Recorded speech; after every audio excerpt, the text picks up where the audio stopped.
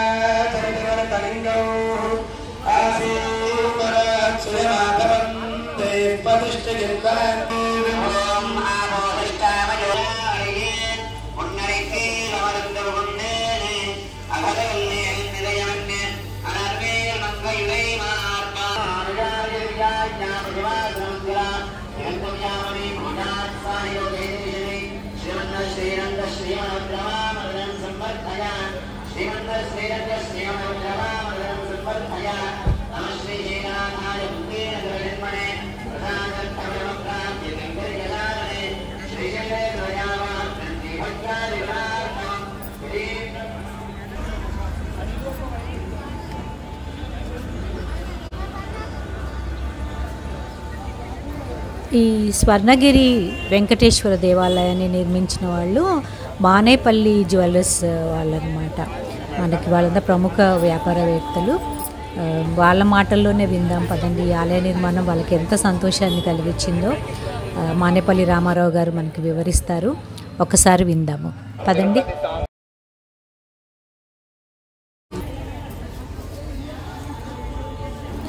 ఇక ఈ ఆలయానికి ప్రధాన ద్వారం ముందే స్వామివారి పాదాలని మనందరి దర్శనార్థం ఏర్పాటు చేయడం జరిగింది. ఈ పాదాల దర్శనం తర్వాతే మనము స్వామివారి దర్శనాని కోసమని 108 మెట్లు ఎక్కవలసి ఉంటుంది.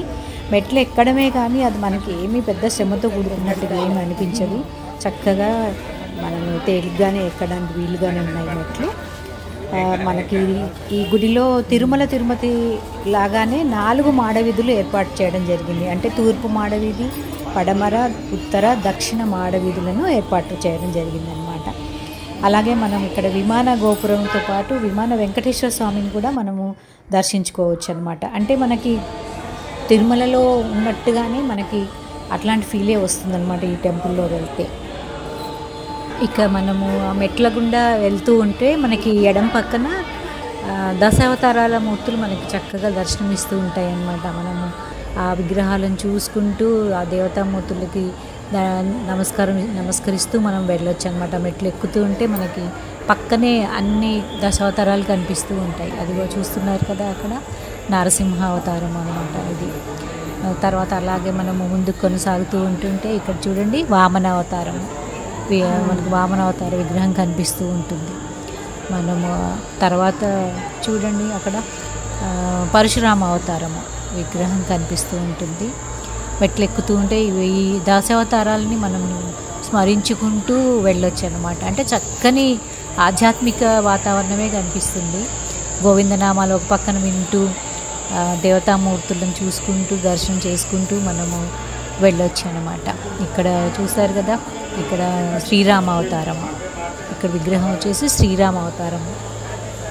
సో మనకి 10 అవతార మూర్తులని చక్కగా దర్శనం చేసుకుంటూ మనము మెట్లు ఎక్కొచ్చు అనమాట. అంటే మెట్లు ఎక్కుతున్నట్టుగా మనకి ఎటువంటి శ్రమ తెలియదు, ఎందుకంటే మన దృష్టి అంతా దేవుడి మీదే ఉంటుంది అక్కడ. ఇక్కడ చూడండి శ్రీకృష్ణ అవతారము పక్కనే. ఈ విగ్రహాలన్నీ మనకి ఎడం పక్కన కనిపిస్తూ ఉంటాయి వెళ్తూ ఉంటుంటే. కుడి పక్కన ఆలయం ఉంటుంది మనకి, అక్కడ కొబ్బరికాయలు కొట్టే స్థలం అనమాట. అంటే మనం బయటకు వచ్చిన తర్వాతే కొబ్బరికాయలు కొట్టడానికి వీలుగా ఉంటుంది, లోపల ఏమి మనం టెంకాయలు కొట్టడానికి ఉండదన్నమాట. ఇంక ఇది వచ్చేసి కల్కి అవతారం అనమాట. లాస్ట్ విగ్రహం మనం చూడొచ్చు, దేవతామూర్తిని ఇక్కడ చూసుకోవచ్చు. చక్కని గుడి గంటలు వింటూ దైవ నామస్మరణం చేసుకుంటూ మెట్లు ఎక్కాం మేమైతే. అసలు మెట్లు ఎక్కుతున్నట్టు కూడా మాకు అనిపించలేదు, అంత ప్రశాంతంగా అంత ఆహ్లాదంగా ఉందన్నమాట. అయితే మేము సాయంత్రం పూట వచ్చాము. అసలు సాయంత్రం పూట రావడంలో కూడా ఒక విశేషం ఉంటుంది. ఆ దీపాల వెలుగులో ఆలయాన్ని చూసి ధరించాల్సిందే తప్ప మనం అది వర్ణించడానికి ఉండదు, అంత అందంగా ఉంది టెంపుల్. అక్కడ గరుడ విగ్రహం చూడండి, గరుడు ఉంటాడు, అన్ని దేవతామూర్తులు మనకు కనిపిస్తుంది. ఇక్కడ ఇంకా విగ్రహాల నిర్మాణంలో ఉన్నట్టున్నాయి. ఆ సాయంత్రం పూట వెళ్తురే వేరు, ఆ దీపాల కాంతులతో అసలు మనకి దైవనామస్మరణ ఆధ్యాత్మిక భావం తప్ప వేరే ఆలోచనలు ఏమీ ఉండవు. సాయంత్రం కొంచెం అలసిపోయినట్టున్నాం మేము, అయినా కూడా మనసు మాత్రం చాలా సంతోషంగా ఉంది అక్కడ చూస్తూ ఉంటే. వెలుతురులో చూడాల్సిందే. అయితే మనకి ఫోన్లు దర్శనానికి వెళ్ళే ముందు ఫోన్లన్నీ డిపాజిట్ చేసి వెళ్ళిపోవాలి మనము. ఫోన్లు తీసుకెళ్ళడానికి మనకి పర్మిషన్ ఉండదన్నమాట లోపలికి. అంటే వీడియోగ్రఫీ అస్సలు తీసుకోవడానికి వీలు కాదనమాట. సో మనకు అక్కడ అవసరం ఏదైనా ఫోన్పే చేద్దాము, ఏదైనా కొనుక్కుందామంటే మాత్రం వీలు కాదు. సో ఫోన్లో లోపల పెట్టేసి వెళ్ళిపోతాం. కాబట్టి మనం క్యాష్ క్యారీ చేయడమే మంచిదన్నమాట, క్యాష్ తీసుకొని వెళ్తేనే బాగుంటుంది. ఆ ఫోన్లు పెట్టే ముందే మనకు కావాల్సిన ఫొటోస్ తీసుకోవచ్చు. అక్కడ గుడి ఆవరణలో ఫొటోస్ తీసుకొని ఫోన్లు డిపాజిట్ చేసి మనము దర్శనము కానీ వెళ్ళొచ్చు అనమాట.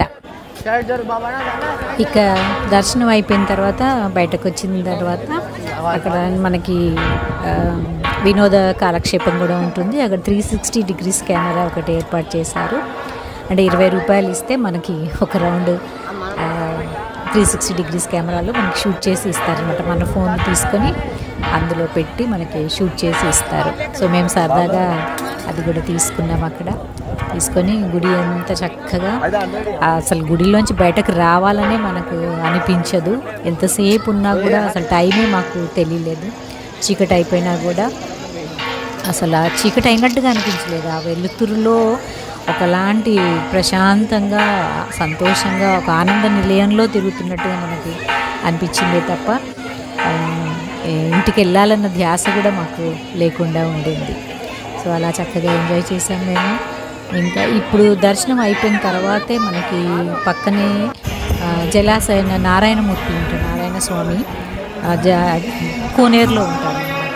అదైతే చాలా చూసి తీరాల్సిందే. అక్కడ చూస్తున్నారు కదా మీరు, అది గోశాల అన్నమాట. అక్కడ గోవులను పెంచుతారు. దాని పక్కనే మనకి డైనింగ్ హాల్ ఉంటుంది. రోజుకు 1200 మందికి అన్నప్రసాదం మనకి ఇస్తారు. సో మేమైతే ఇంకా ఫోటోలు దిగుతూనే ఉన్నాము. అదే చూస్తున్నారు కదా, కోనేరులో మనకి నారాయణమూర్తిని ప్రతిష్ఠించారు. అక్కడైతే మనం ఎంతసేపు ఉన్నా కూడా, ఎన్ని ఫోటోలు తీసుకున్నా కూడా మనకి తనివి తీరదు. అలా ఫోటోలు తీసుకుంటూనే ఉన్నాము, చుట్టూ తిరుగుతూ, స్వామి చుట్టూ తిరుగుతూ. అంత అసలు లైవ్లీగా ఉంది అక్కడ వాతావరణం అంతా కూడా. సో చూడాలి, మీరందరూ కూడా చూడాలి అనుకుంటే కనుక తప్పకుండా వెళ్ళి దర్శనం చేసుకొని రండి. చాలా బాగుంది టెంపుల్. మనకు తెలంగాణలోనే తిరుమల తిరుపతి తర్వాత ఫస్ట్ దేవాలయం అన్నమాట. ఇంత పెద్ద దేవాలయం మనకి ఎక్కడ లేదు తెలంగాణలో. అలా ఇంకా గుడి ముందు కూడా మనకు కావాల్సిన షాపులు ఉంటాయి. మనకు టిఫిన్లు చేయాలనుకుంటే టిఫిన్ చేయొచ్చు, భోజన వసతి కూడా ఉంటుంది. అన్నీ కూడా మనకి వసతులు అక్కడ కల్పించారు. చాలా బాగుంది, వెళ్ళి చూస్తారండి అని. మేమైతే బాగా ఎంజాయ్ చేసాము. అంటే దేవుడికి పూజలు చేయగలిగాము, మంచిగా దర్శనం చేసుకొని బయటకు వచ్చాము.